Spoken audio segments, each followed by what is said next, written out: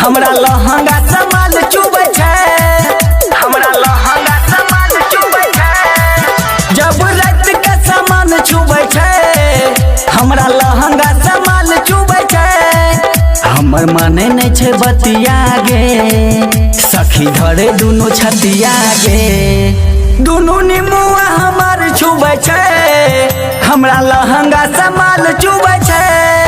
जब रात के सामान चुबै छै, हमरा लहंगा समाल चुबै छै।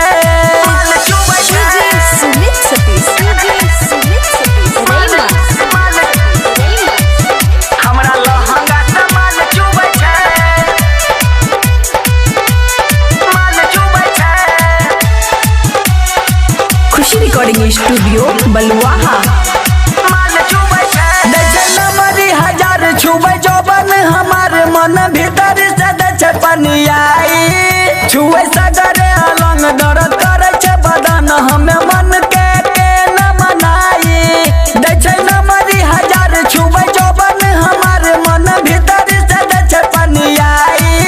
छुए सगरे अलंग दर्द करे छै बदन, हमें मन के न मनाई। ऊ बजबै नमरी पर, हाथ धरे छै टंगरी पर।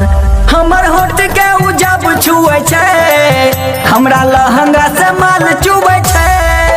जब रात के सामान छुबै छै, हमरा लहंगा से माल चुबै छै। हमरा लहंगा से माल चुबै छै। खुशी रिकॉर्डिंग स्टूडियो बलुआहा।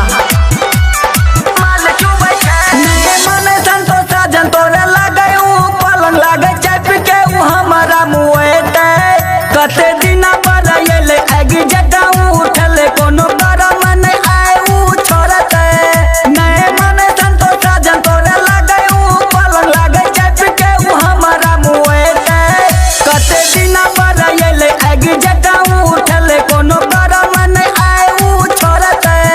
पूरा बचल रहे रतिया गे, कोनो सुने नहीं छै बतिया गे। पेट पकड़ के खूब दुहे छै, हमरा लहंगा से माल चुबै छै। जब रात के सामान चुबै छै, हमरा लहंगा से माल चुबै छै।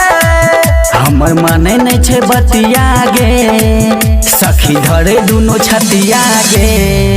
दुनु निमुआ हमार चुबै छै, हमरा लहंगा से माल चुबै छै।